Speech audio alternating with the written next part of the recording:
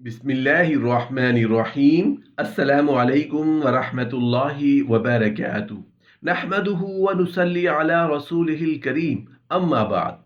हज़रत मोहम्मद सल्लल्लाहु अलैहि वसल्लम और हज़रत आयशा रज़ियल्लाहु अन्हा का वाक़या। मोहतरम नाज़रीन, अल्लाह पाक हक और सच बात को बताते हुए नहीं शर्माता। अल्लाह पाक ने अपने कलाम पाक में और हमारे नबी हज़रत मोहम्मद सल्लल्लाहु अलैहि वसल्लम ने अपनी ज़िंदगी में वो तमाम काम कर दिखाए, उनको अमली जामा पहना कर दिखाया, ताकि आने वाली इंसानियत उन पर अमल करे और दुनिया और आखिरत में कामयाब हो सके। जिंदगी के किसी भी पहलू को पोशीदा करके नहीं रखा, बल्कि हर चीज की वजाहत फरमाई। हजरत आयशा सिद्दीका रजी अल्लाह अन्हा फरमाती हैं, मैं रसूलुल्लाह सल्लल्लाहु अलैहि वसल्लम के साथ एक ही बर्तन से गुस्ल किया करती थी। आप सल्लल्लाहु अलैहि वसल्लम मुझ पर सबकत फरमाते तो मैं कहती, मुझे भी पानी दीजिए, मुझे भी पानी दीजिए। एक रिवायत में है कि नहाते वक्त मेरा और रसूल करीम सल्लल्लाहु अलैहि वसल्लम का हाथ एक ही बर्तन से पानी लेने में आगे पीछे होता था। और हजरत आयशा सिद्दीका रज़ी अल्लाह अन्हा फरमाती हैं कि ना तो आप सल्लल्लाहु अलैहि वसल्लम ने कभी मेरे सतर की तरफ देखा और ना ही मैंने कभी आप सल्लल्लाहु अलैहि वसल्लम के सतर की तरफ देखा।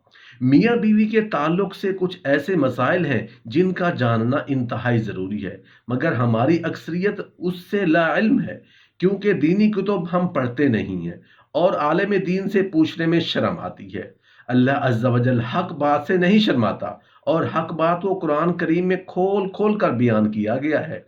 मियाँ बीवी एक साथ गुस्ल कर सकते हैं, उनके लिए एक दूसरे के सारे बदन को देखना जायज़ है, शरअन ममानियत नहीं है। अलबत्ता शर्मगाह की तरफ देखना खिलाफ अदब और नापसंदीदा है। मैं यहाँ पर एक बात बहुत वाज़ेह कर देना चाहता हूँ कि मियाँ बीवी एक दूसरे का पूरा जिस्म देख सकते हैं, हत्ता के शर्मगाह को भी देख सकते हैं, मगर शर्मगाह को देखना कोई पसंदीदा अमल नहीं है, लेकिन शर्मगाह को देखने से कोई गुनाह भी नहीं होता, मगर शर्त यह है कि वो मियाँ बीवी हों तब।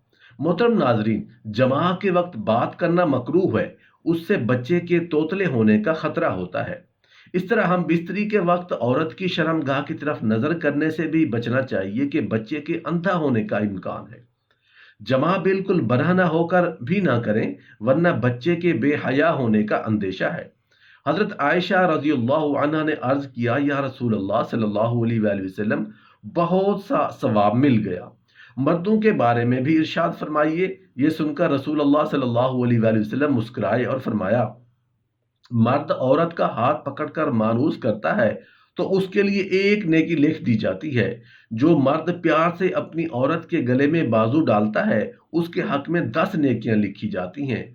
जब वो औरत से मुबाशरत करता है तो दुनिया व माफिया से अफजल हो जाता है। जब गुस्ल करता है तो बदन के जिस बाल पर से पानी गुजरता है, उसके लिए हर बाल के बदले में एक नेकी लिखी जाती है और एक गुनाह मुआफ होता है और एक दर्जा बुलंद कर दिया जाता है। और गुस्ल करने के एवज में जो चीज़ दी जाती है वह दुनिया और माफिया से बेहतर होती है। बेशक अल्लाह ताला उस पर फख्र करता है और फरिश्तों से कहता है, मेरे बंदे की तरफ देखो, कैसे सर्द रात में गुस्ल जनाबत के लिए उठा है और वो इस बात पर यकीन रखता है कि मैं उसका रब हूँ। तुम उस पर गवाह रहना कि मैंने उसे बख्श दिया।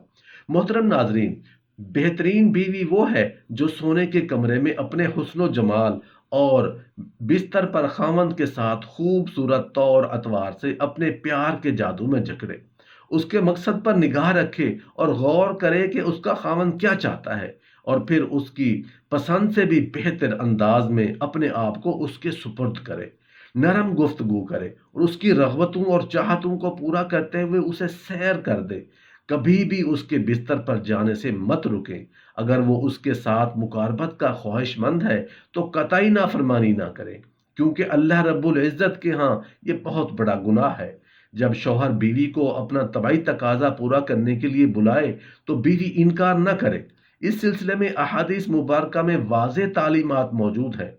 चुनांचे इरशाद नबवी सल्लल्लाहु अलैहि वसल्लम है, खामन बीवी को अपनी हाजत पूरी करने के लिए बुलाए और बीवी इनकार करे, जिस पर शौहर गुस्से की हालत में रात गुजारे, तो सुबह तक फरिश्ते उस पर लानत भेजते रहते हैं।